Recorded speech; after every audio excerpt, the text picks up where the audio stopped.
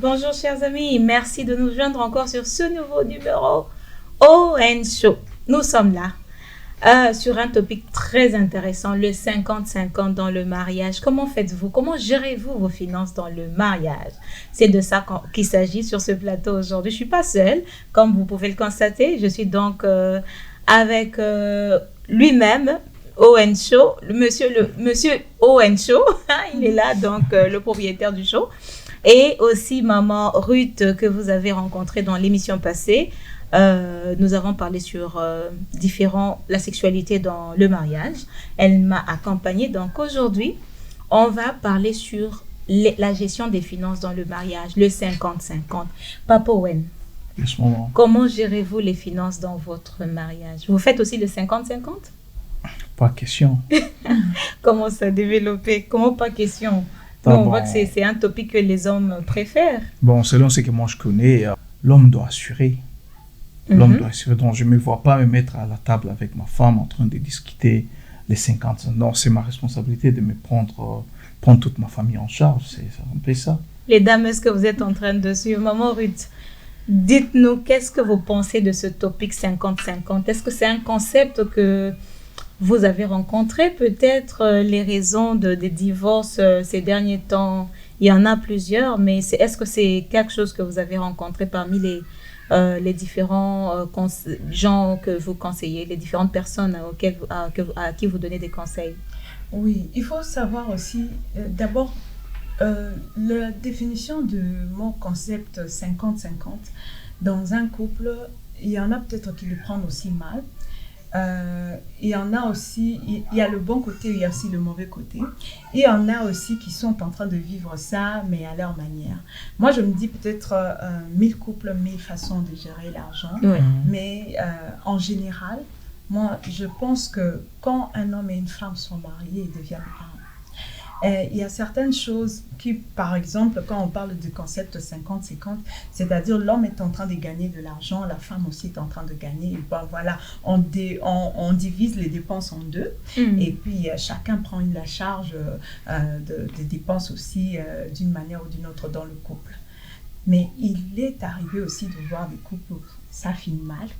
Ok. Oui, parce que là, non, mais tu dois prendre ta responsabilité. Et parfois, on a tendance à ce que... Parce que dans le concept 50-50, c'est quoi souvent, ceux qui sont encore mieux, ce sont ceux-là qui gagnent égal, par exemple. Oui.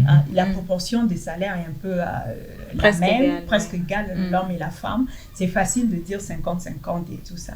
Mais maintenant, quand l'un des partenaires gagne un peu plus, celle qui est plus en souffrance, c'est celui qui gagne moins. Ouais. Mais comme vous avez déjà déterminé ça dès le départ, que nous, c'est 50-50, et ben allez-y, continuez. Parce que maintenant, la personne qui gagne moins se retrouve, mais comment lui gagne plus? Maintenant, c'est comme ça, c'est 50-50. Et on se retrouve maintenant dans un cadre là, il y en a, on commence à se battre, et ça crée souvent des disputes. C'est pourquoi je crois que dans ce domaine-là, il faut savoir maintenant déterminer déjà dès les départs, quand vous commencez, qu'est-ce qu'on peut opter comme façon de gestion, notre gestion financière dans le mariage. Oui, qu'est-ce qui nous conviendrait le plus pour éviter des disputes, pour éviter d'en arriver où vous êtes aujourd'hui. Papa Owen, moi, en tout cas, ça m'a intéressé votre réponse là. Vous dites que pas question de 50-50 dans le couple de Papa Owen. Les femmes, est-ce que vous êtes là? Il dit pas question. C'est lui qui prend toute la charge. Ça veut dire que la femme de Papa Owen peut prendre tout son salaire et acheter son make-up, acheter ses chaussures, envoyer dans sa famille et Papa Owen prendra charge de tout. Est-ce que c'est ce que vous êtes en train de dire, Papa Owen? Oui, maman, c'est ce que je suis en train de dire. Donc, c'est comme si votre femme ne travaille... Elle travaille, votre femme, n'est-ce pas? Là, mais pas full-time, stress là-bas. Papa Owen, dans ce concept-là, moi, j'accepte, je suis d'accord que c'est l'homme qui doit prendre la charge de la maison et toutes les dépenses. Je suis vraiment d'accord. Ce n'est pas, à discuter ou quoi que ce soit. Mais il y a quand même des parenthèses qu'il faudra ouvrir ici. Pourquoi? Parce qu'on peut voir des femmes qui travaillent, elles ont de l'argent, elles ne contribuent pas parce qu'elles se disent que c'est mon mari qui est responsable, c'est lui qui doit le faire et moi je ne sors pas mon argent. ce qui est correct à faire, et on vous encourage. Mais quand il y a par exemple un besoin dans la maison et que vous n'êtes pas en mesure de répondre à ce besoin d'une manière immédiate et qu'elle a les finances sur place, vous pouvez pas lui demander d'intervenir ou... Non, maman, là on doit essayer de faire rentrer un peu en profondeur. Lorsque je dis, voilà, je dois m'assumer. Cela veut dire, je n'ai pas le temps de discuter avec ma femme, ou bien je ne sais pas, d'être autour de la table en train de parler 50-50, voilà, tu remets le 50, non. Mais cela ne va pas déranger que la femme ne peut pas prendre certaines tâches de la maison, résoudre ça financièrement. Elle peut faire ça, mais que ça ne soit pas une obligation qui vient de moi. Parce que moi, j'ai eu un cas où le mari a sponsorisé la femme pour avoir un travail, et la femme travaille, et la femme se dit que mon argent, c'est pour ma famille. Non, là, c'est une mauvaise femme. Mon argent, c'est pour ma famille. Je ne contribue pas parce que tu m'as épousé. Donc, tu fais tout. Tu prends... Charles, qu'est-ce que vous dites à ça, maman Je crois que c'est une mauvaise foi. C'est une mauvaise foi. Parce que quand vous vous initiez avec votre mari, vous devenez vous fermez un foyer. Votre foyer, il y a l'intérêt de la famille aussi. Vous savez, nous sommes dans une communauté, c'est une communauté africaine, où chacun est en train de voir. C'est pourquoi c'est important d'avoir une vision dans le foyer. Parce que si vous marchez sans vision, vous ne savez pas où vous êtes en train d'aller. Vous allez vous retrouver, voilà, vous avez gagné quelque chose, mais vous ne savez pas où est-ce que vous allez. Au final, vous retrouvez, le voisin en bâti ceci, ils ont fait cela, et vous retrouvez, vous n'avez au final rien fait. C'est pourquoi c'est important. L'homme qui est le visionnaire du foyer partage la vision avec sa femme. Voilà, on est ensemble. Moi, partagez votre vision. Partagez votre vision au départ. Vous savez, toi tu travailles, moi aussi je travaille. Combien nous avons à la fin? On a ceci. Quelles sont nos priorités à la fin du mois? Il y a les enfants, il y a payer la maison, il y a ceci, cela. Qu'est-ce qu'on peut aussi investir pour le futur? S'il y a des besoins familiaux. Je parle là de la famille élargie qui ne manque jamais parce qu'il peut arriver. Mais vous pouvez voir, parce que là, nous sommes en train de parler vraiment de la gestion financière dans le couple. Est-ce qu'on peut assister? Est-ce que ce mois-ci, on pourra assister? Est-ce qu'on peut... Ah non, il n'y a pas moyen, on ne saura pas. Est-ce que tu ne peux pas lui expliquer? Parfois, nous, les femmes, nous ne comprenons pas cet aspect. Non, cet homme, il ne veut pas comprendre ma famille, quoi que ce soit. C'est pourquoi, pour casser à ça, il y en a qui ont opté pour les 50-50 parce que je sais au moins qu'avec ça... moi, je me dis au final... Un homme qui est responsable, qui a épousé sa femme, il sait quand même que même s'il n'applique pas le 50-50, ils mettent leurs moyens ensemble. Il sait au moins que j'ai une fleur à entretenir à la maison. Exactement, oui. Elle a ses besoins. Je ne l'ai pas épousée d'un arbre. Elle vient aussi d'une famille. Comme par exemple chez moi, dans notre couple, moi je vais donner notre exemple. Si par exemple il y a un besoin qui se présente dans la famille élargie, par exemple, on essaie s'il y a quelque chose qui se voit ce mois-là, si on ne peut pas, on peut toujours expliquer, en tout cas on ne peut pas, mais est-ce qu'on peut le faire le mois prochain? Mais si on peut, on le fait. Et souvent quand il envoie, ou quand nous envoyons, moi je présente que c'est lui qui envoie. Exactement. Ouais, ça fait un poids pour du côté de moi. Ah vraiment, papa Bokilo, merci beaucoup et tout ça. Et quand c'est du côté de sa famille, il me brandit, moi, voilà, c'est ma femme qui a fait. Et parfois, vous pouvez jouer à ce petit jeu-là. Vous voyez, ça renforce aussi une sorte d'amour et c'est votre façon aussi de gérer aussi le finance. Mais il est aussi important que la femme comprenne son rôle à côté de son mari. Qu'est-ce que tu fais là? Ton mari s'est investi en toi. Et d'ailleurs, tu dois être content qu'il t'a laissé travailler. Il y a des hommes qui n'aiment pas. Ah oui, j'y arrivais, maman Ruth. J'y arrivais parce que j'ai rencontré des couples où le mari, pour éviter tout ça, il a carrément refusé à sa femme de travailler. Il dit, c'est moi qui t'ai épousé. Voilà. Je te donne tout ce que tu veux et tu restes à la maison. C'est aussi une bonne décision. C'est une bonne décision. Papa, je ne suis pas d'accord. Non, c'est une bonne décision. Ça dépendra maintenant de ce qui était sa femme. Parce que normalement, quand vous nous épousez, les femmes, je pense que chacun de nous d'abord a une vision. avant qu'on puisse se rencontrer, n'est-ce pas?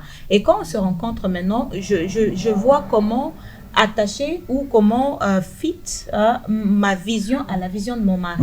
Et c'est ça même qui nous rapproche le plus parce qu'on voit la même chose et on marche dans la même direction. Maintenant, quand toi tu m'interdis de travailler, tu es en train de m'abrutir d'une certaine manière. Tu es en train de m'enfermer dans un cercle où rappelez-vous qu'on va au travail, on se crée des connexions, on se crée une petite communauté, on est épanoui, on a besoin de ça, des relations, d'amitié. Maintenant, si vous mettez votre femme à la maison parce que vous lui donnez tout ce dont elle a besoin, vous en faites une prisonnière. Vous ne pensez pas à l'après-vous. Non, c'est aussi en même temps égoïste. Lorsque vous avez essayé de parler, c'est comme tu as dit, tu connais un homme qui a interdit sa femme. Donc, c'est-à-dire sa femme travaillait. Et pour finir, lui a dit de ne plus travailler. Exact. Alors, nous devons maintenant toucher le point. Qu'est-ce qui a poussé l'homme de dire à la femme de ne pas travailler? Tout simplement parce qu'elle avait l'argent. Il y a un aspect que peut-être moi je ne connais pas, elle ne connaît pas, toi tu connais pas. Je crois que ça c'est un autre domaine parce que si on ouvre ce couloir-là, vous voyez, ça sera un peu plus grand. Mais je crois que maman Viviane est en train de parler d'un aspect là qui est aussi important pour la femme. La femme doit aussi s'investir. Exact. Parce qu'en final, moi je me dis, une fois je pensais même à ça, je partageais même avec une maman, je dis au final, parce que là, peut-être, on est en train de parler des femmes au foyer. Il y a aussi des femmes qui sont indépendantes, mais qui travaillent. On arrive à ça. Alors là, comme on s'est présenté un peu dans le foyer, au final, une femme qui est au foyer et qui travaille, et qui vit avec son mari, elle doit aussi savoir s'investir.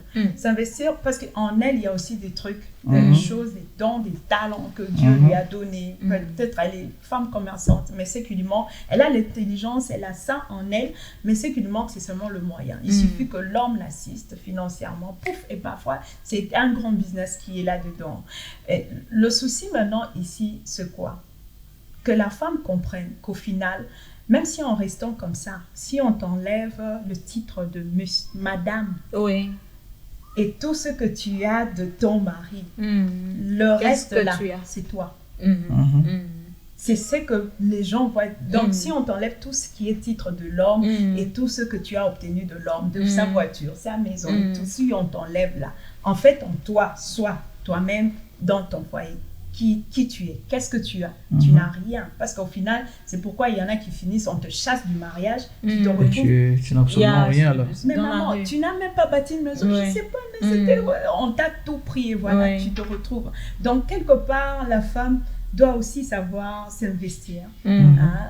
Investir en elle-même aussi. C'est faire une personnalité, c'est faire elle-même aussi, bien sûr avec l'aide de l'homme. Moi, j'apprécie les hommes qui aident leurs femmes de ce côté-là, qui les appuient. Mais maintenant aussi à la femme de comprendre que nous jouons tous, nous sommes là pour nous soutenir. C'est comme une équipe de football, c'est votre famille, c'est votre foyer.